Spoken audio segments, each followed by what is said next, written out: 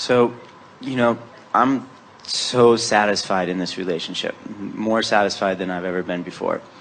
And at the same time, I feel like I'm being pulled towards more.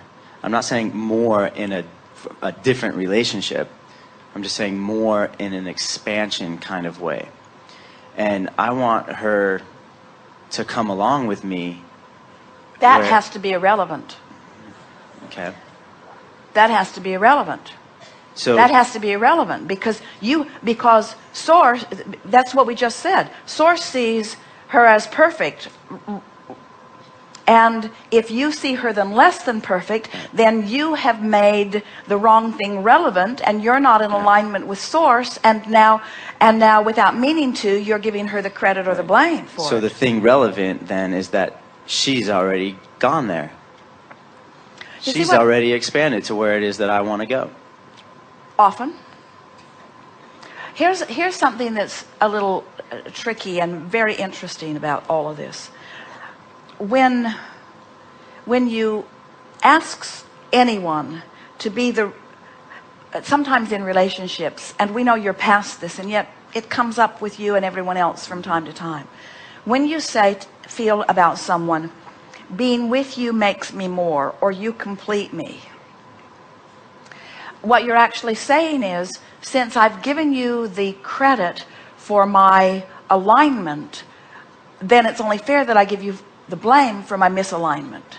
And since I can't control the way you behave, then you're sort of a problem to me.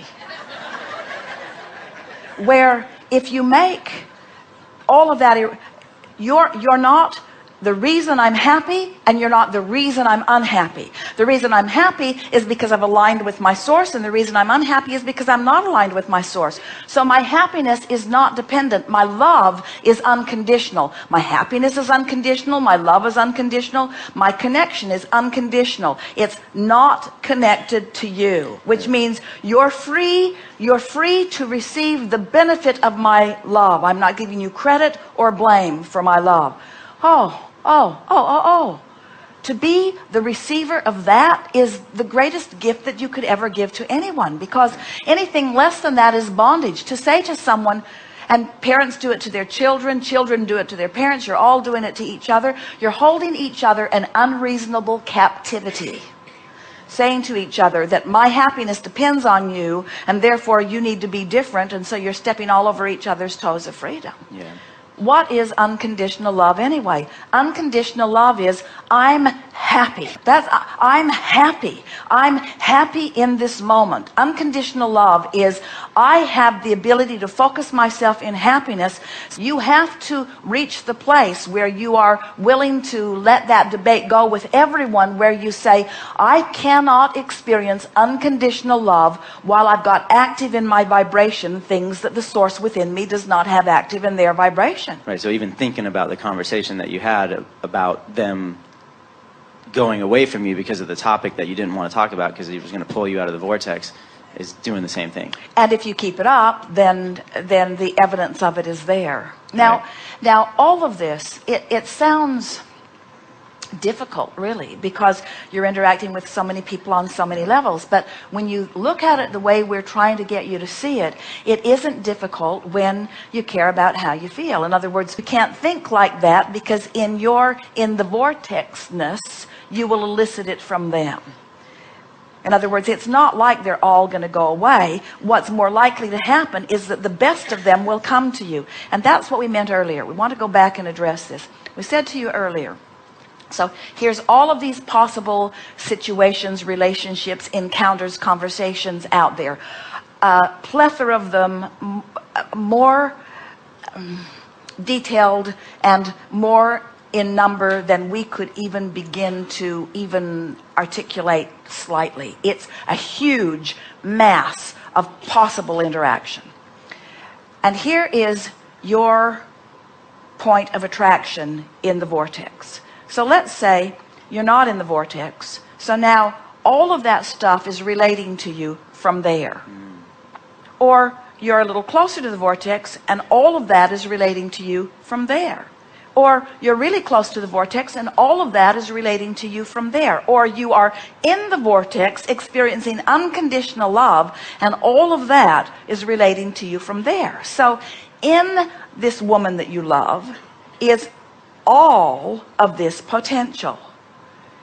If you tend to if you think of nothing other than where you are in relationship to your vortex, that's easy to manage. Yeah. And as you accomplish this, then you'll get the best from her, you'll get the best from the people you work with, you'll get the best from the restaurants, you'll get the best from traffic, you'll get the best from the cellular interaction in your body, you'll get the best from the mental communication that happens within you, you'll get the best from your communication with source.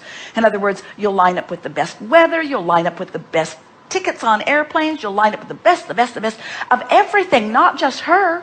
Unconditional love gets you the best of all of it, you see.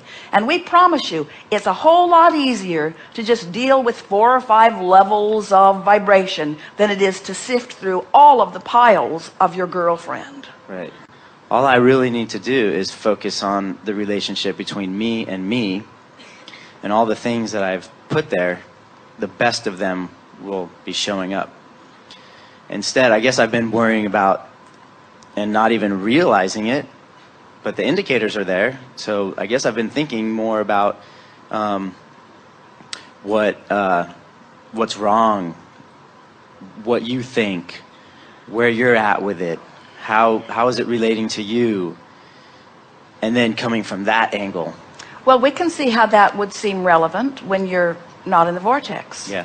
But when you're in the vortex, experiencing unconditional relevancy, make your vortex the only thing that's relevant, which means make everything else irrelevant. But what happens is, once you consistently do that, and you hold your girlfriend or anyone as your object of attention from inside the vortex, then you can only see the aspects of her that are relevant to where you are. In other words, unconditional love, you can't see, if you're really tuned into who you are, you can't see a flaw in someone. And if you see a flaw in someone, it's not their flaw. Yeah, it's my flaw. Indicators of not being in the vortex just makes you want to be in more. Why do you think we're having this conversation? This is the most leading edge conversation we've ever had about being in the vortex, or about unconditional love, or about relationships. This was a really meaty conversation that we just had, that we would not have had if you had always been in the vortex. Yeah. That's why you're here and we're here. In other words, we sent you out as a guinea pig. Or as Jerry's friend calls it, an Abrahamster. Yeah. Well, I just want to feel better.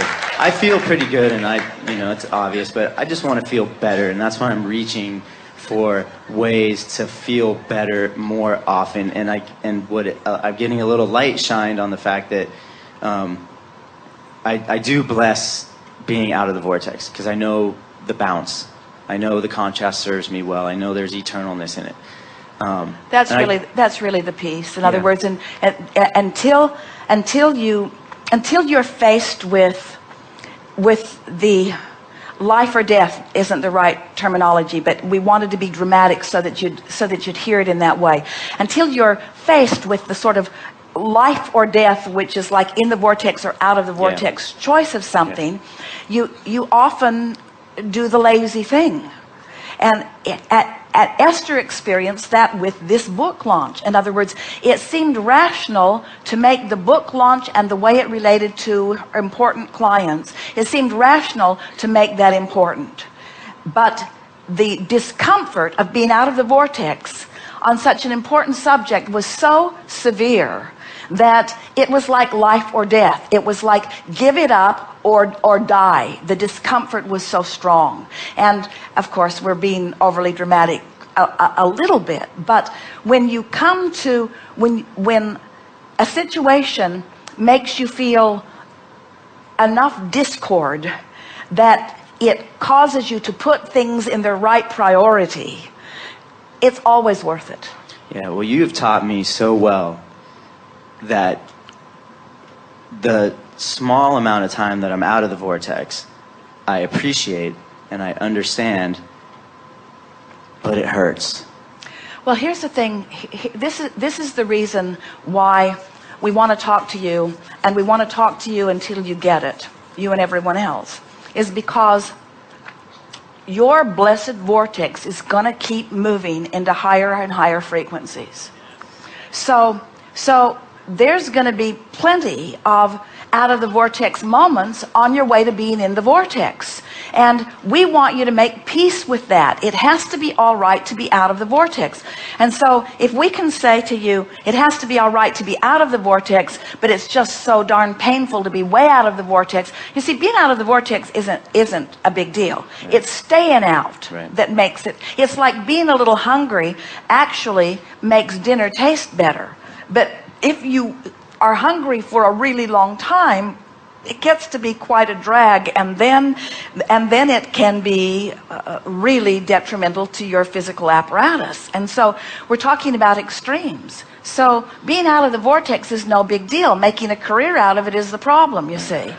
And so, but when you get it, that being in the vortex feels really good, and being out of the vortex makes you put more in it. And when you put more in it, then you want to be in it more. And when you want to be in it more, then you're more focused. And when you're more focused, you're more alive. And when you're alive, you feel better.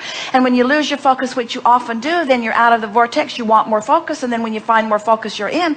So then it becomes like the trampling that we're talking about. You let the down be as important to the bounce as the up. In other words, it's all part of the process. And you don't make it be this statement or proclamation of worthiness or righteousness on you or anyone else. You say, I'm alive, and I'm a creator, and I'm a molder, and I'm doing just fine, and Source loves me. Here's the most important thing to remember. Source unconditionally loves you even when you're not in the vortex. Isn't that interesting? That's why you feel bad when you're not. If Source was mad at you for not being in the vortex when you weren't in, you wouldn't feel bad. Did you get that? Yeah. If Source was not in the vortex when you went out, you wouldn't feel the separation. So can't you afford yourself the same benefit? So when you're not in the vortex, here's what you say. Well, at least Source still loves me. Source refuses to get out of the vortex just because I'm out of the vortex, so I should give myself the same break, you see. And then say, Source and I have an agreement. My inner being was born, when I was born into this time-space reality, my inner being stayed in the vortex. When I expanded out into this contrast, my inner being stayed in the vortex. My job is to come out occasionally. My inner being's job is to stay in always. So, since I'm just doing what I was born to do, why am I making it such a big hairy deal when I'm out? Answer, because it felt so good when I was in that I don't feel good when I'm out. Conclusion, don't stay out very long. Don't stay out very long, but don't condemn being out. Well, it's really fun moving in, too. Well, that's what it's all about. It can't be fun moving in. You can't have the bounce up if you didn't have the bounce down. In other words, it really is that simple. It's all part of the process. And so, well, I've heard you say that moving into the vortex is where life is lived. That's where the passion of life. And you know why? Because as you come into the vortex, you come into the fullness of all that you are, you see. Yeah. But if you came into the fullness of all that you are, and that's all that you are, and it's all that you are, and then it's all that you are, and it's all that you are, and it's all that you are, and it's all that you are, it's all that you are, it wouldn't be enough in time. It's sort of boring. It would be boring. Well, I get it, and thank you so much for giving me the opportunity to be here. Thank you.